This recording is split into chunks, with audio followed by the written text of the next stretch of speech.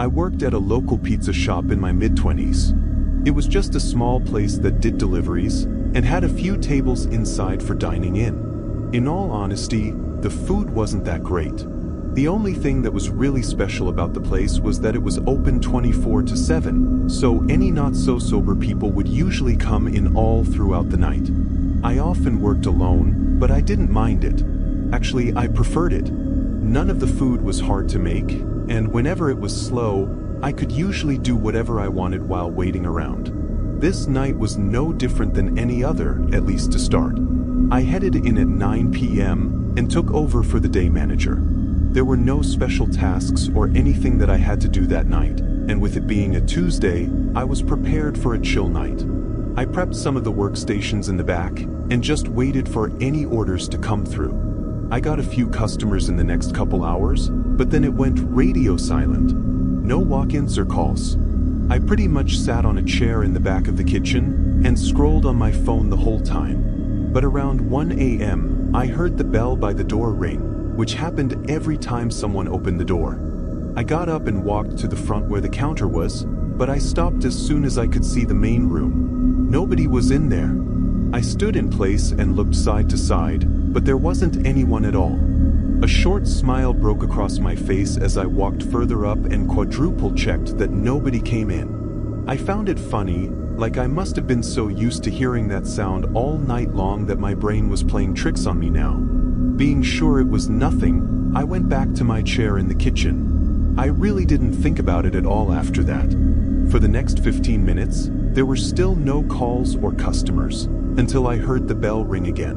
This time, I wasn't even watching a video when it happened, so I knew I actually heard it. I got up and walked into the main room, but stopped in confusion again. Nobody was in there. After a second, I walked up to the front door and opened it, sticking my head outside and looking up and down the sidewalk that went along the building. There was nobody out there, not even any cars in the parking lot. I wouldn't say I was really scared or creeped out, but more so just really confused. I messed around with the door for a little bit, trying to see if it would ring without opening, but it didn't seem to. This was really weird, but I didn't know what else to do about it. I stayed up front for a while, at least 30 minutes, waiting for the door to ring again, but it never did, so I went back to the kitchen. It was between 2 and 3 a.m., which was always the slowest time of the night. Unsurprisingly, once I was in the back again, only a few minutes went by before the door rang again. This time, I stayed sitting and listened for anyone. I didn't hear anything, but just to be safe, I called out, "Hello? Is someone out there?" I got no response. I figured it was just the door doing whatever the hell it was doing, so I just ignored it and stayed back and continued on my phone. Somehow, there wasn't a single customer for a whole hour after that, so basically the past 3 hours were completely dead. It was 4 a.m., so for my last hour, I had to start prepping everything for the next shift. I got up and went to the front. I started counting the register from the few orders I had at the beginning of my shift, but while I was there, I felt strange. Something just felt off. I kept looking up at the empty room ahead of me and back at the kitchen behind me, feeling like I was being watched or something. I thought it was just the unusual nature of the night I was having, with the door and everything. I was just thankful my shift was over soon. Another couple minutes went by when I suddenly heard a thump on the floor behind me. It was just like a boot stepping on the ground, which instantly sent a chill through me and made me quickly turn around. I felt my breath leave my lungs. There was a man standing just 5 or 6 feet away from me. He had all black, ripped-up clothes and a hoodie draping over his face, stopping just above his eyes. His eyes were bloodshot and hollow. I don't know if he was drunk or high or what, but he clearly wasn't sane right now. Then I saw his left hand was holding a knife. His knuckles were white from how tightly he was clenching it. I stayed motionless, trying not to escalate anything. But after several seconds of him not making a move and just staring at me, I decided to speak. "Hey, listen, you can have the cash from the register. I won't say anything. Please just let me go," I said, trying to say anything I could to get out of this. He just stood there though, still clenching the knife and having that 1,000-yard stare. Honestly, I think I was even more terrified because he clearly wasn't some normal guy. There was no predicting what he might do. The counter I was at was L-shaped, extending toward the back, where he was. So to run away, I'd actually have to run a couple feet toward him and around the counter, then back toward the front door. With him only being 5 feet from me, he could easily grab me or attack me if I tried. So I did the next best option. I basically dove over top the counter. It wasn't pretty, but I guess it kind of worked. I slammed into the ground and got up. The guy was already sprinting at me with a face of uncontrollable bloodlust and rage. I ran out the door and only got a few seconds away before I heard him get out the door as well. He was too close for me to even try getting inside my car, which was behind the building. I just kept running, making it to the road and hoping a car might drive by and help. But at some point, he stopped chasing. I don't know when because I was so focused on sprinting and not looking back. I called the cops and waited at the road for them to get here. It took about 5 minutes. The guy was gone, but I guess after chasing me, he went back inside the shop and just demolished the place. Everything was trashed and he left out the back door, where he then scraped his knife all over the side of my car. It's likely he was watching me inside the shop through the windows from a distance and using the door as a distraction, hoping to slip in without being noticed. Admittedly, it worked perfectly, which makes me feel pretty dumb. It's also pretty creepy knowing that there was about an hour gap between the last time the door rang and when I saw him, so he was probably hiding inside the shop that whole time. It's really strange though because I really had no idea who he was. I really thought he was just some random guy, but his actions seemed oddly directed toward me. Maybe it was just a wrong place, wrong time sort of thing. I don't know. They never found him. I didn't stay working there very long after that, fearing that he might come back.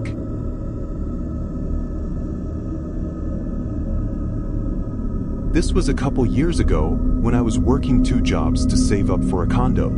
I had a stable 9 to 5 full-time gig, but did deliveries as a way to make a little bit extra cash whenever I had time. Actually, I found myself doing sometimes 30 hours a week just doing deliveries every day after work. This night, I started after getting dinner at 6.30. It was a pretty good night to be honest. I was getting a lot of good orders with good tips, so really I should have just taken the rest of the night off and given myself a break, but I was greedy. I kept working, hoping to continue getting well-paying orders. By the time it was 11, it had slowed down a lot, and the last few orders I'd done were just average. I really wanted to end on a good one though, so I kept driving around until one came up that was decent. Finally, when one did, I quickly accepted it. Almost $20 for a delivery 15 minutes away. Who wouldn't take that? Once I got the food, I started heading to the address. The roads were of course very quiet and empty at this time of night, so the drive there was smooth. However, it took me toward a wooded section of town that I wasn't even aware had houses in it. I made sure I was on the right route several times though, just to be sure I was going the right way. When I got to the final turn, it was on a well-maintained gravel road going into the forest. I drove a little ways down until there was a gate. It was one of those small ones, basically just 2 pillars on either side of the path with a chain running between them. The chain on these wasn't up though, so I drove through. My headlights weren't the best, so I couldn't see too far ahead, but not too long past the gate, I pulled into a parking area. I was confused. It definitely was not leading to a house. I pulled into a space and put my car in park, then looked out my windows all around. There was a sign on one end. This was a forest preserve. I'd done deliveries to parks and whatnot before, but I always thought forest preserves were closed up at like 8 or 9, and I didn't see anyone here to deliver the order to. Just as I was starting to question what exactly I was supposed to do here, my phone started ringing. It was the customer. I picked up. The voice on the other end was a deep male voice, very gravelly and rugged, almost to a point where it was hard to understand them. He said he saw on the map that I'd parked, and asked if I could see him. I said no, to which he explained he was camping with some buddies down one of the trails, and I should be able to spot a campfire if I walk a little closer. I said all right, realizing this was probably why the tip was so large. I did mention to him that I thought the forest preserves were closed, but he said this one allowed overnight camping on certain days. I wasn't a big outdoorsy person, so I didn't know any better. I didn't see any reason he'd have to lie. I turned off my car and got out with his bag of food. I quickly realized that it was really dark, and I needed to use my phone as a flashlight to see where I was going. There was only one trail leading out from the parking area, so at least I couldn't get lost. I started walking. It was really quiet outside. I expected to hear the group of guys talking and laughing in the distance, but I didn't. It was just the wind and crickets. Then I saw the light, an orange flame, glowing and flickering out in the trees. Oddly, it wasn't on the path though, or right off the side of it. It was far out of the way and amid all the trees. I couldn't see too far down the trail to see if there was a direct path going to it or not, but I just started walking straight to the flame. As I got closer, things were getting really strange. First of all, I didn't hear any voices, and secondly, once I got even closer, I didn't see anyone. It was just a small campfire, burning in the middle of nothing. No chairs, no tents, literally nothing. I barely got the chance to whisper "what the hell" under my breath before I heard a stick snap from somewhere out in the trees. I jolted my head toward the sound. There was someone there, but too far for the light to reach, and the faint figure that I could make out was standing still, like they were trying not to be seen. I felt really uneasy. "Hey, I'm the delivery driver. I'll just put your order down over here." I yelled out and set the bag on the ground. As I did, they suddenly decided to show themselves and walk toward me. The man was tall, with dark hair and a scruffy beard. He apologized and said he didn't see me walking up. It was that same deep, gravelly voice from the phone. His smile was disturbing, like he was faking it, and it was really strange that he only showed himself once he knew I saw him. Nothing added up. I stumbled over a few words, but as he got closer and closer, I just decided to turn and run. He called out several times, in this creepy, overly nice voice, asking me to come back and that he had cash for me. I didn't stop until I got to the car. I fumbled around with my keys and my shaky hands as I tried to hurry in and turn it on. I backed out and pulled back onto the gravel path to leave, but had to slam on my brakes. The chain was latched across the pillars now, blocking the exit. I stared at it for way too long, trying to think if I could get out and unlatch it, or what to do. Then I heard footsteps coming up behind my car. I didn't even look, I just floored it onto the grass and made it around the pillars. It was a tight squeeze because there was a short ditch really close to the sides, so if I messed up, my car would have slid down and maybe gotten stuck. Once I was back on the gravel, I sped away. I didn't know what that was back there, but I was stupid not to call the police, even though I think that if I did, they likely would have been long gone anyway. The following morning, I did a little investigating and found that the forest preserve I was at did in fact close at 8 p.m. and never allowed camping or campfires. To me, that confirms the horrible nature of the situation I was in. What he intended to do is unknown, and still haunts me to think about what could have happened in the forest that night.